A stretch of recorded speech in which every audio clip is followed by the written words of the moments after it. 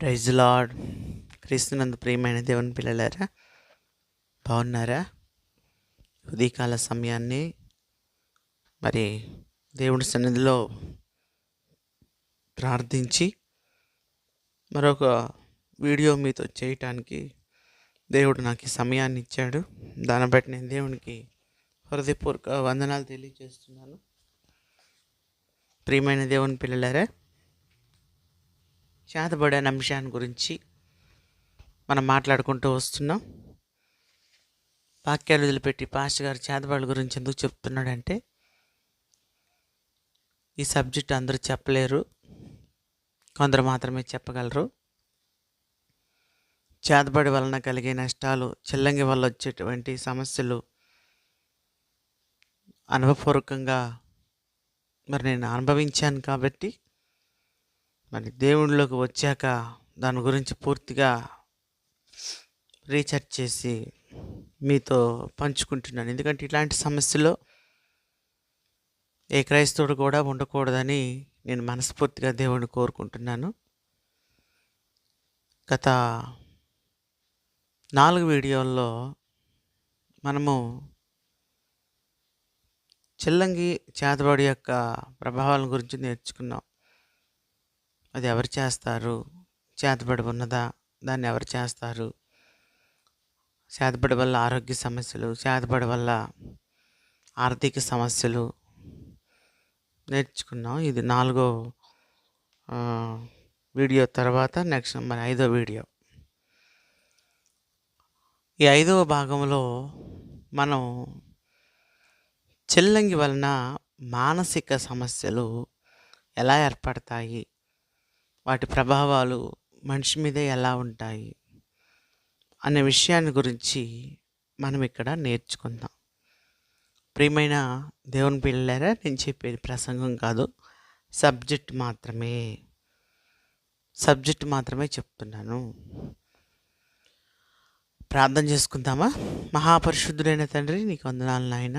నీ బిడ్డలతో మాట్లాడుచుండగా కృప చూపి దీవించి ఆశీర్వదించి బలపరచమని యేసు నామాన్ని బట్టి వేడి ప్రార్థించి పొంది ఉన్నాం తండ్రి, ఆమేన్. మానసికం అంటే హృదయంతో మనసుతో కూడింది. చిల్లంగి ప్రభావం మనుషుల మీద పనిచేసినప్పుడు మనిషి మానసికంగా కృంగి ఏమైపోతాడో తెలీదు, అది ఎలా మారిపోతాడో కూడా తెలియదు మాట. నేను చెప్పాను, చిల్లంగి చేతబడితనానికి మోడల్ మనకి యోబు గారే అని చెప్పాను. ఇప్పుడు కూడా యోబు గారి నుంచి మనం కొంత నేర్చుకుందాం. యోబు మీదకి, ఆస్తి మీదకి, సంతానం మీదకి సాతాను ఉగ్రత ఫుల్గా దిగి వచ్చింది అని గత వీడియోలో కూడా నేను చెప్పాను. దేవుని అనుమతితో వచ్చింది, కానీ ఇక్కడ దేవునికి ఆపదల్లో లేని వాళ్ళ మీదకి సాతాను ఉగ్రత దిగి వస్తుంది. మరి సాతాను అనుచరులు సాతాను శక్తుల్ని ఫోర్స్ చేసినప్పుడు వాళ్ళని హీనదశకు తీసుకొస్తాయి అని మనం గత వీడియోలో మాట్లాడుకున్నాం. అట్లాగే ఇప్పుడు కూడా యోబు స్థితి ఎలా వచ్చిందంటే, యోబు చాలా భక్తిపరుడు, చాలా నీట్గా ఉంటాడు, మంచి ప్రార్థనాపరుడు. ఉదయకాల సమయాన్ని మంచిగా స్నానం చేసి దేవుని సన్నిధిలో బలులు అర్పిస్తాడు.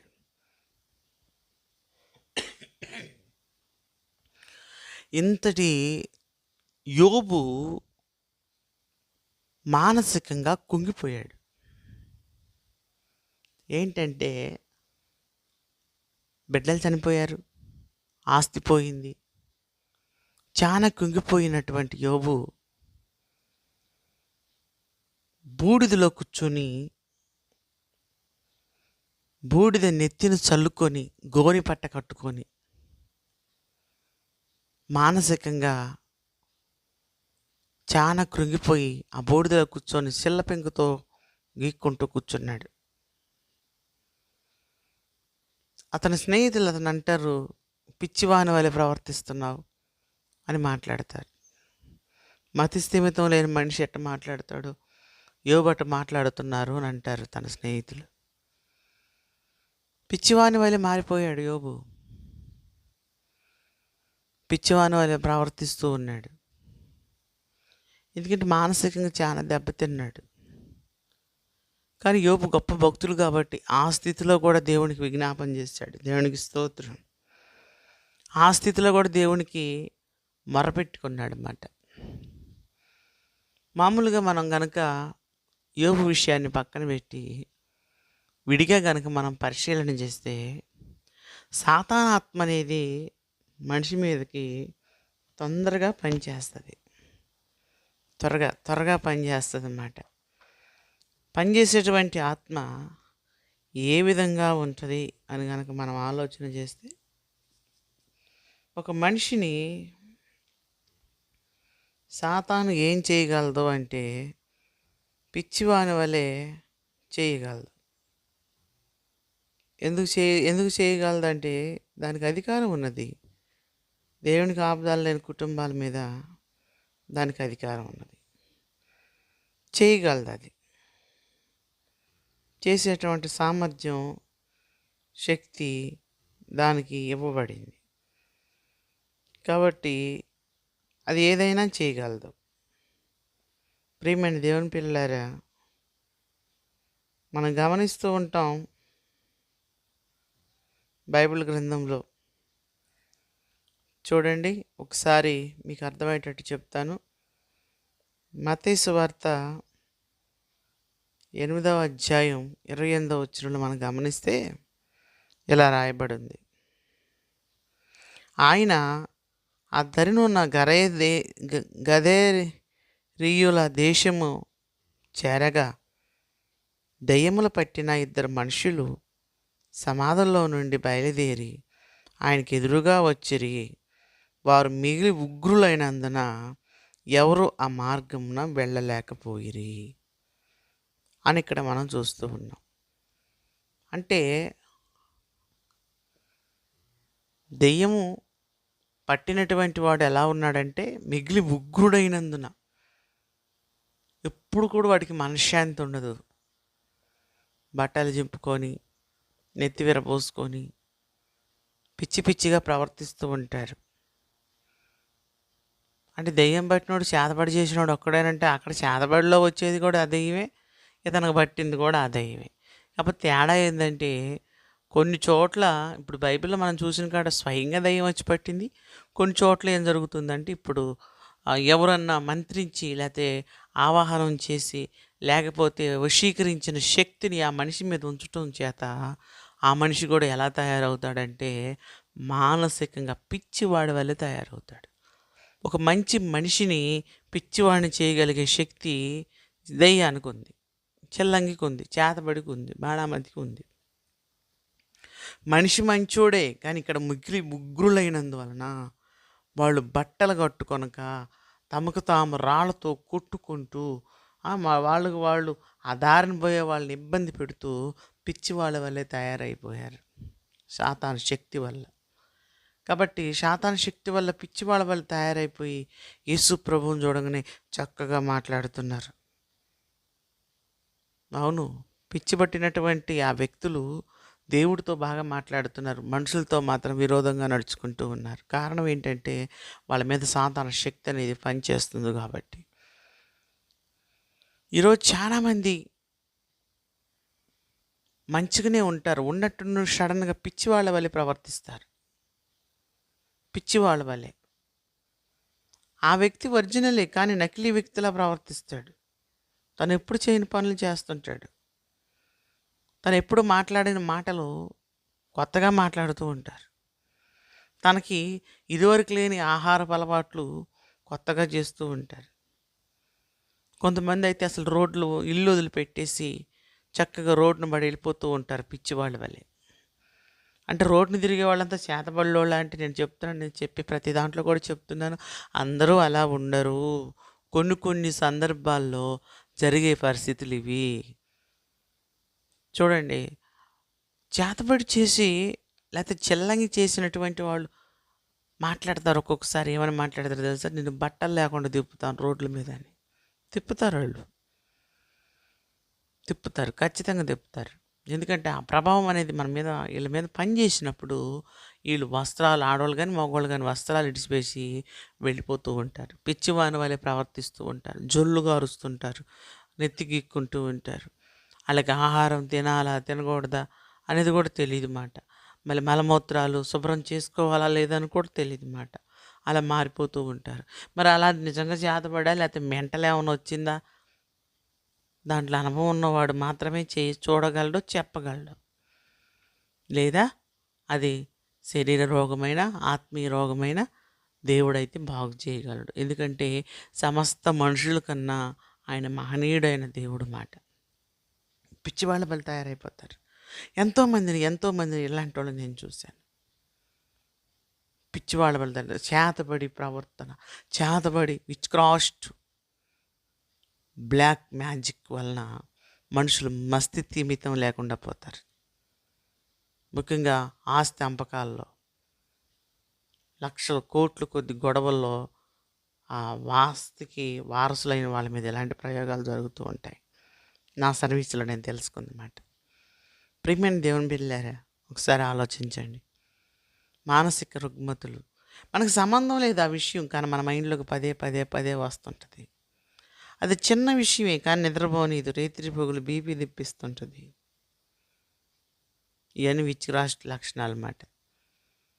అసలు మనకు సంబంధం లేదండి, అయినా సరే ఆ సమస్య మనల్ని వేధిస్తూ ఉంటుంది. నిద్రపోనీదు, అన్నం తిననీదు, మానసికంగా బాగా బాగా ఇబ్బంది పడిపోతూ ఉంటాం. విచ్ క్రాస్ట్. కాబట్టి దాన్ని మనం తెలుసుకోగలిగితే దాని నుంచి పెందలకాడ తప్పించుకోవడానికి కుదిరేది. తెలుసుకోలేదనుకోండి, మెంటల్గా ఫీల్ అయిపోయి పిచ్చివాని వల్ల జీవితం అంతా కూడా అంగవస్త్రాలు లేకుండా వీధుల మీద తిరగాల్సిన పరిస్థితి వస్తుంది. ప్రియమైన దేవుని పిల్లలారా, ఒక చేతబడి వలన ఆరోగ్యం పాడవుతుంది, ఆర్థిక పరిస్థితులు కుదేలవుతాయి, మానసికంగా చాలా దెబ్బతింటాం. అంతేకాదు, మనం ఇంకా గమనించినట్లయితే ఈ చిల్లంగి వలన ఏం జరుగుతుందంటే మనుషులు దేశదిమ్మరులైపోతారన్నమాట. అందుకే మనం కనుక గమనించినట్లయితే ప్రియమైన దేవుని పిల్లలారా, ఒకసారి లూకాసు వార్త మనం గమనిద్దాం. లూకాసు వార్త మనం కనుక గమనించినట్లయితే లూకాసు వార్త 8:27 8:27 లూకాసు వార్తలో ఆయన ఒడ్డును దిగినప్పుడు ఆ ఊరి వాడొకడు ఆయన ఎదురుగా వచ్చెను. వాడు దెయ్యములు పట్టిన వాడై బహుకాలము నుండి బట్టలు కట్టుకొనక సమాధులలో కానీ ఇంటిలో కానీ ఉండువాడు కాడు. అంటే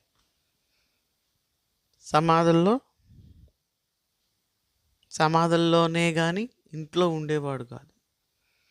మొట్టమొదటిగా మానసికంగా దెబ్బతిన్న వాళ్ళు పిచ్చోళ్ళు అవుతారు. రెండవది దేశదిమ్మరులు అవుతారు. దేశదిమ్మరు అంటే ఒక స్థానంలో ఉండడు. ఇవాళ ఈ ఊర్లో ఉంటే రేపు ఏదో ఊర్లో ఉంటాడు. శ్మశానాల్లో ఉండటానికి ఇష్టపడతాడు. ప్రియమైన దేవుని పిల్లలారా, ఒకసారి సాతాను యోబు సన్నిధికి వచ్చినప్పుడు దేవుడు అడిగాడు, ఎక్కడి నుంచి వచ్చావు అని. నేను అటు ఇటు తిరుగుతున్నానని చెప్పింది. దెయ్యం పట్టినోడు కూడా, చేతబడి తగిలినోడు కూడా అట్టాగే తిరుగుతారు, అటు ఇటు అటు ఇటు అటు ఇటు. కానీ వాళ్ళు మంచోళ్ళు కూడా తిరుగుతున్నారు, ఆ సంఘానికి ఈ సంఘానికి, ఈ పాస్టర్ గారు ఆ పాస్టర్ గారు అని. అలా తిరగకూడదు. దేవుడు నిన్ను ఎక్కడ స్థిరపరిచాడో అక్కడ ఉండాలి. దైవజనుడు ఒకవేళ మనకు తేడా ఉన్న, దేవుడు మంచోడు కాబట్టి దేవుడిని విశ్వసించాలి.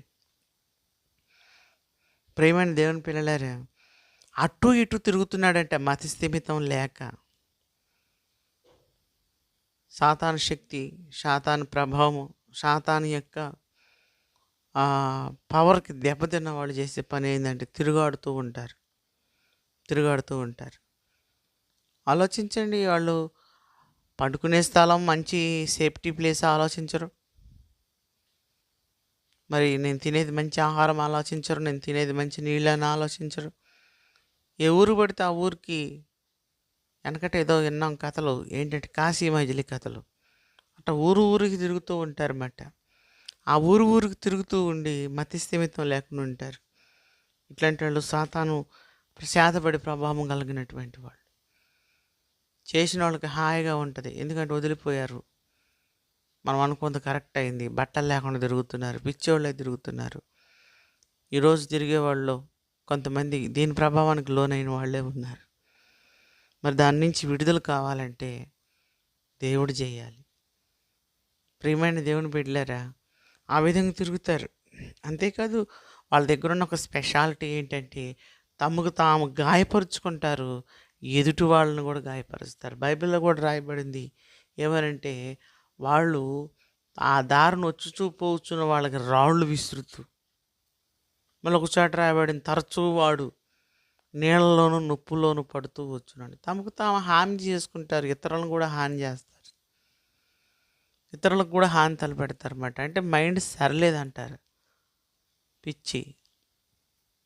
ఈ విధంగా మద పిచ్చి ఎక్కించేవాళ్ళు ఉన్నారు, మద పిచ్చి పెట్టేవాళ్ళు ఉన్నారు, దెయ్యం పిచ్చి బట్టి తిక్కలు తిక్కలుగా మాట్లాడేవాళ్ళు, దేశదిమ్మరై తిరిగేవాళ్ళు.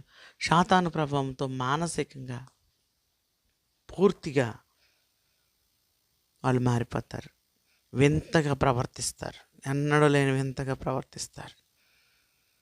ఎవరో ఒక మనిషి మనలో ఉన్నట్టు వాళ్ళలో ఉన్నట్టు వాళ్ళు ప్రవర్తిస్తారు.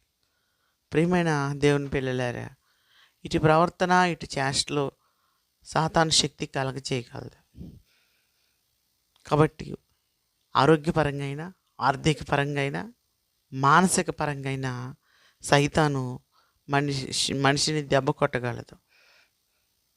మాంత్రికులు, బోధ వైద్యులు, క్షుద్ర పూజారులు మంత్రించి మంత్రోచ్చారణ చేసి వశీకరించి ఆవాహనం చేసుకొని వాటిని పంపించినప్పుడు ఇటు దుర్గతులు మనిషికి సంభవిస్తాయి. ఇలాంటి దుర్గతులు సంభవించినప్పుడు మనిషి చివరికి మిగిలేది ఏంటంటే చావే. మానసికంగా బాగా కృంగిపోయి మతి స్థిమితం సరిగ్గా లేకపోయి, లేకపోతే మతి ఉన్నా కూడా మానసికంగా చాలా దెబ్బతింటుంది. చూడండి, చాలామంది మానసికంగా చాలా డిప్రెషన్కి లోనైపోతూ ఉంటారు, దాని డిప్రెషన్లోకి వెళ్ళిపోతూ ఉంటారు. చేతబడి వాళ్ళని కూడా డిప్రెషన్లోకి నెట్టేస్తారు. సంబంధం లేని విషయం గురించి, అనవసరమైన విషయం గురించి డిప్రెషన్లోకి వెళ్ళిపోయి వాళ్ళు తీసుకునే సొల్యూషన్ ఏంటంటే ఆత్మహత్య, సూసైడ్. ఆరోగ్యపరమైనటువంటి, మానసికపరమైనటువంటి, ఆర్థికపరమైన స్థితి ఏదన్నా కావచ్చు, కానీ కారణం ఒకటే, శేషం ఒకటే, అదేంటంటే మరణం. మానసికంగా దెబ్బతిన్న వాళ్ళు మరణించాలని బాగా ఆలోచన చేస్తుంటారు. నేను చచ్చిపోవాలి. ఇంకోటి ఏంటో తెలుసా, ఫ్యాన్ జుత్తు ఊరేసుకోవాలనిపించింది. ఆ ఫ్యాన్ పిలిచిద్ది, రా రా రా రా రా అని. ఫ్యాన్ నన్ను పిలవటం ఏంటి, పిలిచిద్ది, రా, ఒక తాడు తెచ్చుకో, ఒక గుడ్డ తెచ్చుకో, మెడకు ఉరిపెట్టుకో అని ఫ్యాన్ పిలుస్తుందండి. అంతేకాదు, మీ ఇంట్లో పాయిజన్ ఉంటే పాయిజన్ పిలుస్తుంది. చేతబడి శక్తి అంటే మరి ఏమనుకుంటున్నారు, అవి పిలిస్తే మనిషి పిలిచినట్టు నన్ను తాగు, నువ్వు బతకొద్దు, నువ్వు చచ్చిపో, నీ వాళ్ళకి తిక్క కుదిరిద్ది, నీ వాళ్ళకి సంతోషంగా ఉంటుంది. అనవసరమైన మాటల గురించి మనసుని రెచ్చగొట్టిద్దండి సాతాను. ఇవాళ చాలామంది పిలిచింది కదా అని ప్యాన్ గురి పెట్టుకునేవాళ్ళు, పిలిచింది కదా అని పాయిజన్ తాగేవాళ్ళు. రైలు దగ్గరకు పోతే ఎక్కడ లేనంత ధైర్యం వచ్చింది దాని కింద పడి చచ్చిపోవాలని. అది నువ్వు కావాలని చేయట్లేదు, నీలో ఉన్న శక్తి చేపిస్తుంది నీ చేత అలాంటి పనులు. ఎందుకంటే సాతాను మరణ పంచుల దగ్గర తీసుకెళ్ళి నెట్టిద్ది అంతే. శాతపడి శక్తి అనేది మరణం పంచుల దగ్గర తీసుకెళ్ళి నెట్టిద్ది అంతే. సావమని చెప్పుద్ది, చచ్చేది మనమే, చంపేది అది కాదు. చచ్చేది మనమైనప్పటికీ మనకి మార్గాన్ని చూపించి తన పని సులువు చేసుకుంటుంది. ఈరోజు చాలామంది ఈ సత్యాన్ని గ్రహించట్లేదు.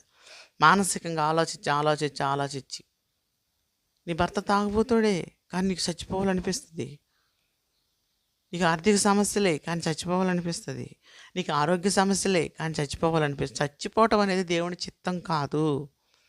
దేవుడు ఏమంటున్నాడంటే, ఈ దేహం దేవుని యొక్క ఆలయం అంటున్నాడు. ఆలయాన్ని పాడు చేయవాడిని నేను పాడు చేస్తానన్నాడు. చనిపోవటం దేవుని చిత్తం కాదు. నీలో పట్టినటువంటి సాతాను శక్తి, చేతబడి శక్తి నీకు అలాంటి ఆలోచనలు పుట్టిస్తున్నాయి. మరణించాలి, మరణించాలి, మరణించాలి, నేను అలా చచ్చిపోవాలి, ఇలా చచ్చిపోవాలని ఆలోచనలు నీలో రేకెత్తిస్తున్నాయి. ఆ శక్తి నుంచి నువ్వు విడుదల పొందితే స్వస్థుడు అవుతావు మాట. ఆ శక్తి నుంచి నువ్వు విడుదల పొందుకుంటే నువ్వు మంచి మనిషిగా మారగలుగుతావు. ప్రియమైన దేవుని బిడ్డలారా, ఆ ఆలోచన అనేది కంప్లీట్గా పోతుంది నీలో నుంచి. సాతాను కలిగించే ఆలోచన అనేది కంప్లీట్ పోతుంది. యోధా తప్పు చేశాడు, కానీ దేవుడి దగ్గరికి వచ్చి క్షమాపణ అడిగితే దేవుడు ఖచ్చితంగా యోధాను క్షమించేవాడే. సిలువ వేసిన వారిని క్షమించిన ప్రభు యోధాను క్షమించలేడా? కానీ యోధాకు దయ్యం పట్టింది. సాతాను అతనిలో దూరినందున అతడు వెళ్ళి ఉరి పెట్టుకొని చచ్చెను. ఈరోజు చేతబడి శక్తులు చాలా మందికి బట్టి ఏం చేస్తున్నాయి అంటే చచ్చిపోవాలని ఆలోచనకు వస్తున్నాయి. సజెషన్ తీసుకుంటున్నారు. ఏమండి, కొన్ని కుటుంబాలు నేను చూస్తున్నా, చిన్న చిన్న పిల్లలు ఉంటారండి, కానీ వాళ్ళు సూసైడ్ చేసుకుంటారు. చాలా బాధేస్తుందండి.